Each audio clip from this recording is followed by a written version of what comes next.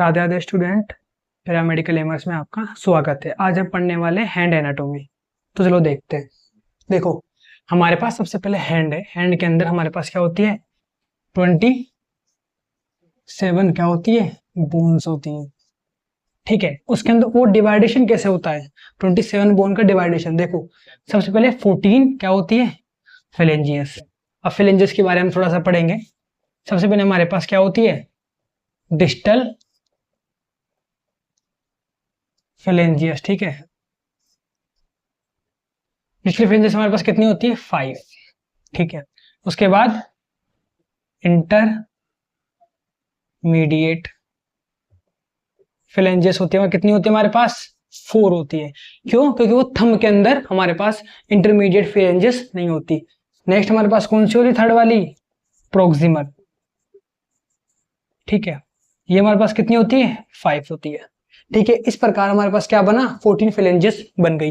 ठीक है, ये हमारे पास एक हाथ में होती है। ठीक है, नेक्स्ट हम पढ़ेंगे मेटाकार्पल। ये कितनी होती है हमारे पास? ये होती है हमारे पास 5। ये देखो, जैसे हैंड है हमारे पास, हाथ है, तो ये तो हो गई हमारी, क्या हो गई? फेलेंजियस हो गई ये तो। ठीक है, देन इनके बाद ये वाला जो पार्ट है, ये वाला दिख रहा है, 1 2 3 4 और 5। ये जो वाला जो पार्ट है, ये हमारा क्या है? फेलेंजियस वाला। फेलेंजियस के नीचे वाला पार्ट है। कौन सा पार्ट है हमारा? ये मेटाकार्पल वाला पार्ट है।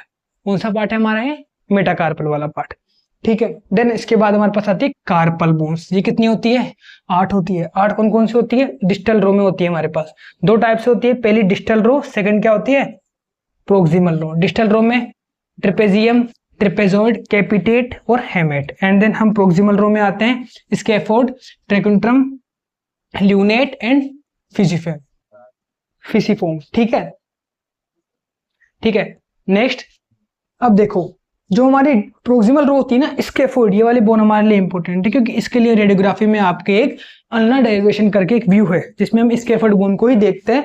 अल्नर डेरिवेशन क्यों करते हैं? क्योंकि जब हमारी जो नर्व्स होती है, वो क्या होती है, जब अल्नर जो हमारे कार्पल बोन्स होती है, उनमें कई बार वो प्लग हो जाते हैं, दब जाती है उन दोनों को। तब जो हमारी जो कार्पल बोन्स है, उनमें दब जाती है नर्व।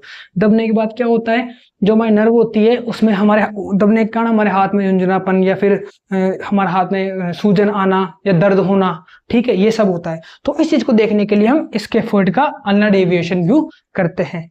दूसरा इसका इंपॉर्टेंट क्या है कि ये क्या करती है? रेडियस और अल्ना के साइड मिलकर जॉइंट बनाती है। ठीक है, जिसे हमें रेडियो कार्पो जॉइंट भी कहते हैं। ठीक है, आगे देखो इसके अंदर। इसके बाद ये हमने एक शॉर्ट मेथड इसका पढ़ा है कि भाई हैंड है, इनमें फेलेंजियस इतनी होती है, मेटाकार्पल होती है, कार्पल बोन्स होती है, और हम जो कार्पल बोन्स होती है उनको हम डिस्टल रो और प्रोक्सिमल रो। डिस्टल रो जो हमारे बॉडी से दूर, प्रोक्सिमल रो जो हमारी बॉडी के पास वाले जो बोन्स से कनेक्ट होती है। ठीक है, नेक्स्ट चीज के बारे में, इसमें हमारे कौन कौन सी डिजीज हो सकती है? पहली, आर्थराइटिस, हमारी बोन्स में भी होता है, और हमारी जो घुटने वाले जो बोन्स है वहां भी होता है, प्लस उंगलियों में भी कई बार देखा गया है।